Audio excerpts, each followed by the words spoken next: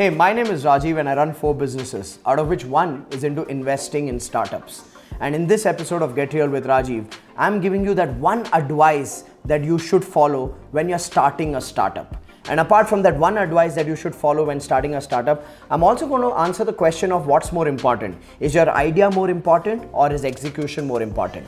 I'm also going to be talking about how do you market yourself when you don't have a budget. And finally, I'm going to answer the penultimate question of what's more important in life, money or happiness. If you'd like answers to these questions, then tune into episode number 84 of Get Real with Rajiv.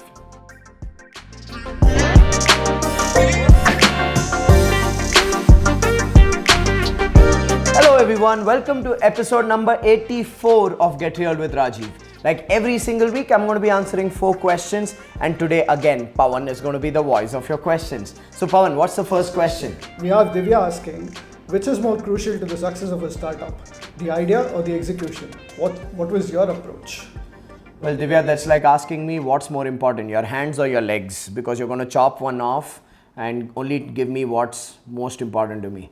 Well, Divya, I refuse to answer that question from the point of view that I believe both the idea and the execution have equal importance in the success of a startup. Because think about it, when you are creating a startup, you need to have the idea of a product or service which can solve a significant problem or fulfill a significant need or desire of a specific target audience who needs to be willing to spend money on that product or service idea.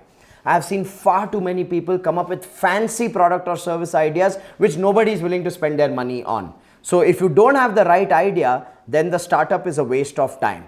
On the other hand, think about it. You may have the best idea on the planet, but if you suck at execution, then you're not taking the idea to its conclusive end. So execution is equally important as the idea because you need to have the capacity and capability to take action. Just a business plan on paper is not good enough. The true test of a business is when the rubber hits the road.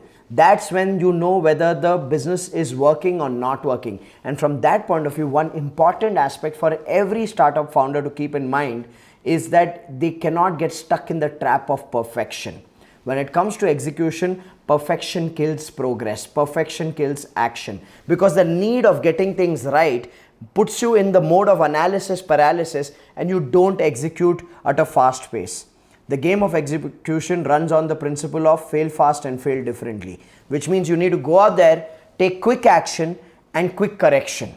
The key is to make sure that you are learning fast, and the only way of learning is by taking action. So I would say idea is important because at the end of the day, it should be something that adds value to people, and execution is equally important because at the end of the day, it's the person who executes fast and corrects fast is the one who discovers the working formula and is the one who creates progress in their business. So Divya, both idea and execution. Sorry to break your heart. I'm not going to take an option out of these two. With that, let's go to the second question for the week. So Pawan, what's the second question? We have Harshit asking, what is the one thing that you would advise against when starting a startup?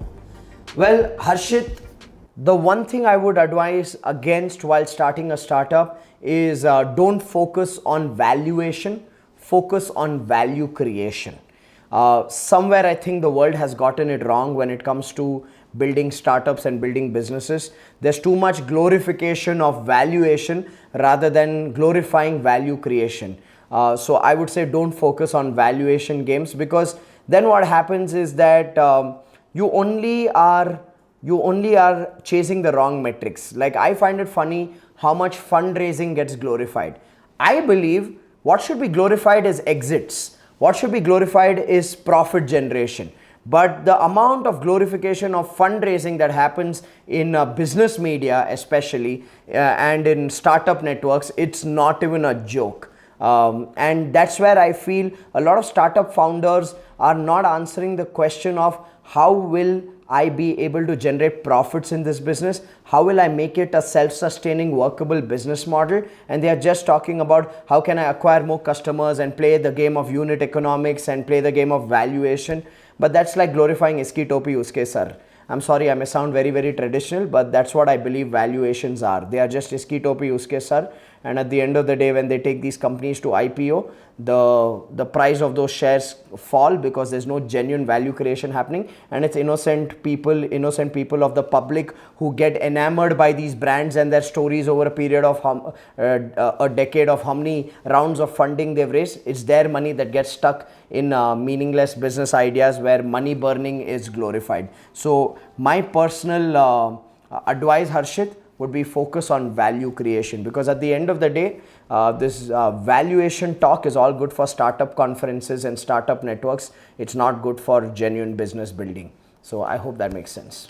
With that, let's go to the third question for this week. So Pawan, what's the third question? Karthik is asking us, I've heard you say if you're good at something, you need to market yourself. My question though is, how can I market myself when I don't have a budget at all? Well, Karthik, firstly, the question reflects that you don't understand the difference between marketing and advertising. If you're saying you don't have a budget at all, then you have not understood that for marketing, you don't need a budget. For marketing, you need skills. For marketing, you need strategies. For marketing, you need to put effort. You need a budget for advertising. You need money to put ads in the newspaper, on the radio, on television, in hoardings, or doing paid ads on social media. You need money for advertising. I'm talking about marketing.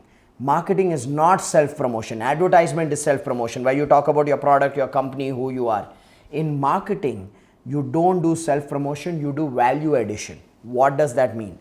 In marketing, you create content which is of value to your target audience. You make videos, you create blogs, you create contests, offers, trivia, infographics, you write a book. You write or create content which is of value to your audience, where you're talking about their needs, their desires, their problems, their pain points. In advertising, you're talking about your product, your service, your company, your track record. Here's the secret: nobody cares about you.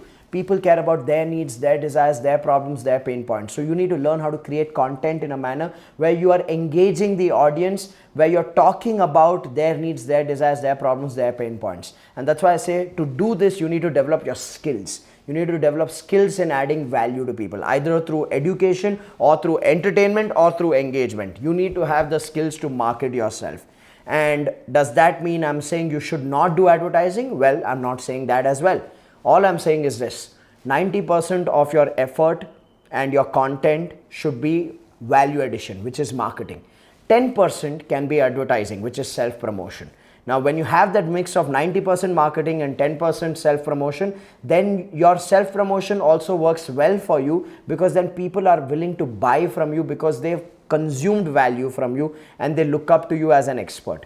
So I would say, Karthik, firstly, learn what marketing is and what marketing is not, and develop the skills of marketing. You will not need money for it. Trust me on that. With that, let's go to the fourth and final question for this week's episode. So Pawan, what's the fourth question? Raghunandan's question is, if you were given a chance to choose between happiness and money, which one would you choose and why? Why? Why would I choose between the two? That question itself comes from a poverty consciousness. That question itself comes from scarcity. That question comes from the paradigm of you cannot have it all in your life. And I will not allow my brain to ever even consider answering such a question for myself, because that's like losing the game even before the match started. Raghunandan, that poverty consciousness that has been ingrained into us based on our early life experiences, our parental belief systems, environmental and societal belief systems, they totally suck, my friend. Please understand this. You are saying happiness or money. That's like, again, choosing between hands and legs. You need both in your life. Happiness is an internal game. It has nothing to do with what's happening on the outside. It's about your ability to manage the weather on the inside. And money is a byproduct of your capabilities to add value to your customers or to whomever you are engaging with in a fair exchange of money. So please understand, both are different, both are crucial, both are important. And when you allow your brain to say, which one will I choose, you are playing the game to lose. Remember that. It's not about choosing between happiness or money. It's about pursuing both. Our core purpose as human beings on this planet is to pursue abundance.